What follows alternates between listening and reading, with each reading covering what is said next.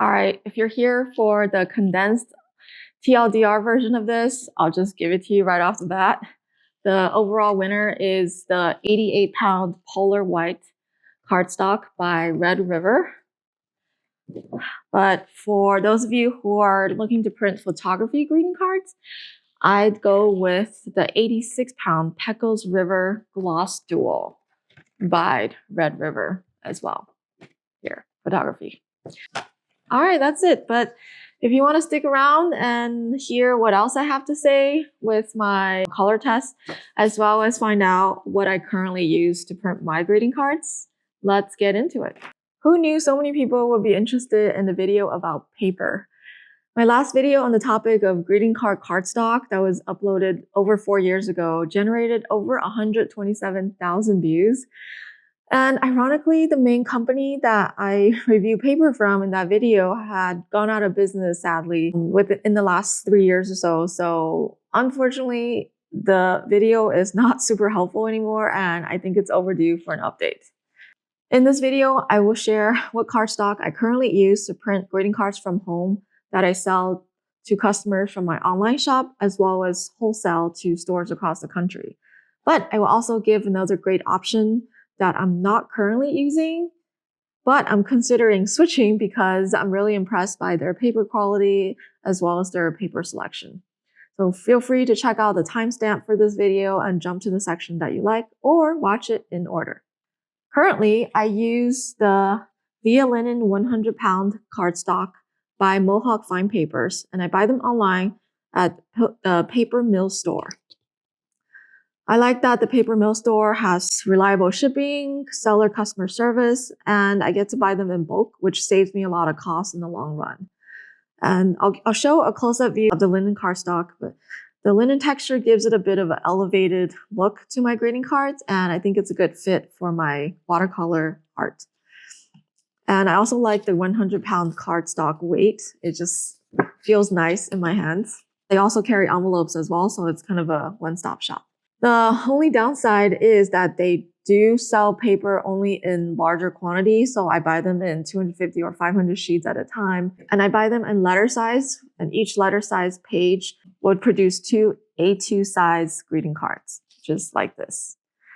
Not to be confused with A2 size poster board, and think depending on the country you're from, you might think A2 size is a large size poster board size, but I'm talking about an A2 size greeting cardstock size, which is different and much smaller. My point is, most people don't start out wanting to print 500 greeting cards at a time, so there's limitation to buying from a store like that, which is why I want to give another alternative. It took me a few years to work up to that volume, so for my dear YouTube community, I wanted to give another great alternative where you can buy them in much smaller quantity. And since you're starting out, you don't need to worry too much about saving costs or trying to find the cheapest deal on cardstock paper, because you're still trying to figure out what works for you and what design will sell well, and if you even want to do this long term. So don't worry too much about finding the best deal. And the paper company that I'm going to review cardstock from is Red River Paper. This video is not sponsored by them, but they did send me a sample pack. For simplicity, I'm going to focus on 4 cardstock types from the Red River sample pack, and I'll compare it to what I currently use, which is the 100-pound Via Linen cardstock by Mohawk Paper. Here we have the 60-pound River Linen, the 60-pound Premium Matte Plus, 88-pound Polar Matte, and 86-pound Pecos River Glossy. Right off the bat, I noticed that the colors on the Red River paper show up more vibrantly than my current cardstock. After doing some online research, I learned that it's because the Red River papers are coated versus my cardstock is uncoated. With uncoated paper, the ink gets absorbed into the paper fiber more, so the colors don't show up as vividly as coated paper. However, uncoated is great for the inside of the card if you expect to write on it. So make sure to check in the paper description that it's coated only on one side, on the side that you print on. The second thing I noticed while holding these cardstock is that the Red River papers feel heavier than the weight they claim. My cardstock is 100 pounds, and while the 88-pound Polar Matte is lower in listed weight, it actually feels heavier. To put my suspicion to the test, I put a sheet of each on my kitchen scale that can measure by grams, and I make sure that it's the same size and everything. And it turns out that the Polar Matte paper is 3 grams heavier than the Via Linen 100 pound. I tend to prefer the heavier cardstock, but you may want to try out a sample pack like me on a different weighted cardstock just to see what's acceptable weight for you. One thing worth noting about the heavier cardstock is to make sure that your printer can handle it. If it cannot handle it in the auto feeder when you feed multiple sheets, you'll need to manually feed it sheet by sheet, but it can be cumbersome and time consuming. I would personally sacrifice some weight for the convenience of being able to feed multiple sheets at a time, walking away while the printer does its thing. I can feed about 10 sheets of my 100-pound cardstock at a time, and sometimes I might push it and do 12 to 15 sheets. I also do wireless printing from different parts of the house sometimes, so I definitely don't want to babysit the printer. You can get more information on each paper and whether your type of printer can handle the weight in the compatibility section of the paper listing. The River Linen has the same linen texture on the surface as my 100-pound Via Linen cardstock. But you can see that the colors show up more vibrantly than my own cardstock because this cardstock is coated on one side.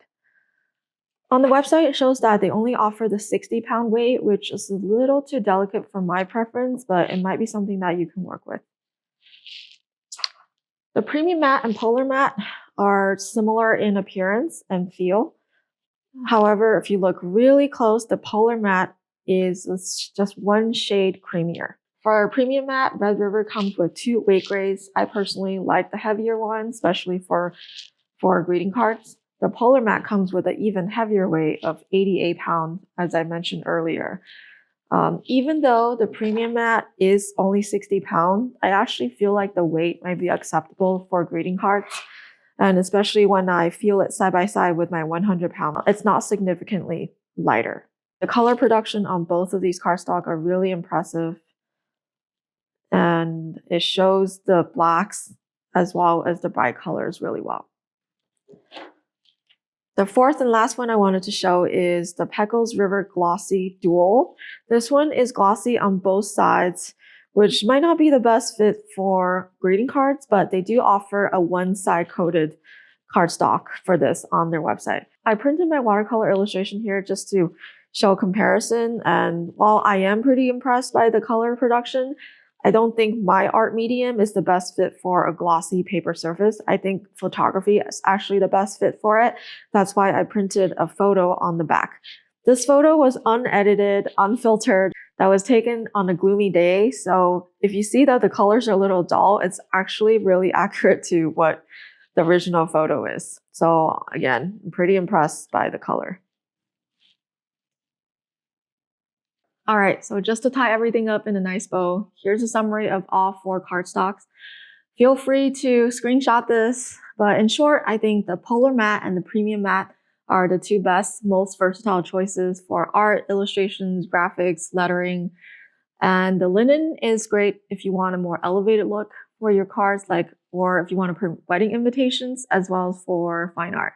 I do wish that Red River sells the linen cardstock in the heavier weights. The Pecos River glossy cardstock that I reviewed is fantastic choice for photographers who want to print their photographs on a greeting card format. But I wouldn't recommend it for hand-painted mediums like my watercolor. If you're interested in trying out any of these paper types, you can order a sample pack on their website, like the one that I have. I'll include the link in the video description. And other final thoughts as you continue on with your cardstock search. I know there's a debate between whether to print greeting cards yourself or to outsource it to an outside printer. And I know not everyone has the budget to invest in the printer right off the bat or have the space for it. But if you do, I just want to share my personal experience. I've had a printer from the beginning and I love the flexibility aspect of it. I can't count how many times there's someone's birthday that I need a card in a pinch, or I want to modify one of my cards to personalize it for a friend, or I want to print out a card to take a picture for social media, for like product photos and etc. So the convenience factor is huge in my opinion. And of course, I also use a printer to print my art prints as well. I think it allows you to be more experimental and not have to commit to a minimum when you outsource to an outside printer. And also down the line, you can also do a mix of both. I can print the greeting cards that I know sell a lot to an outside printer while printing some of the lower volume greeting cards at home. And if you're feeling a little overwhelmed when searching for a printer, we have a pretty comprehensive printer review for artists on my YouTube channel. You can just sort by most viewed videos on my channel, and I think it pops up as like the top 3 videos. But besides all of the technical stuff, I just want to give you a nudge and maybe a push to share your art with the world, whether it's for sale or not. I think confidence doesn't come from watching all the educational videos in the world or TED Talks and equipping yourself with information, but no action. I think it grows from taking small steps just outside of your comfort zone and gradually expanding it. And I speak that from my personal experience, both with starting an art business in my 30s and with starting this YouTube channel. So remember, you don't have to have everything figured out. You just have to take the next step. I wish you the best of luck, and I'll see you in the next video.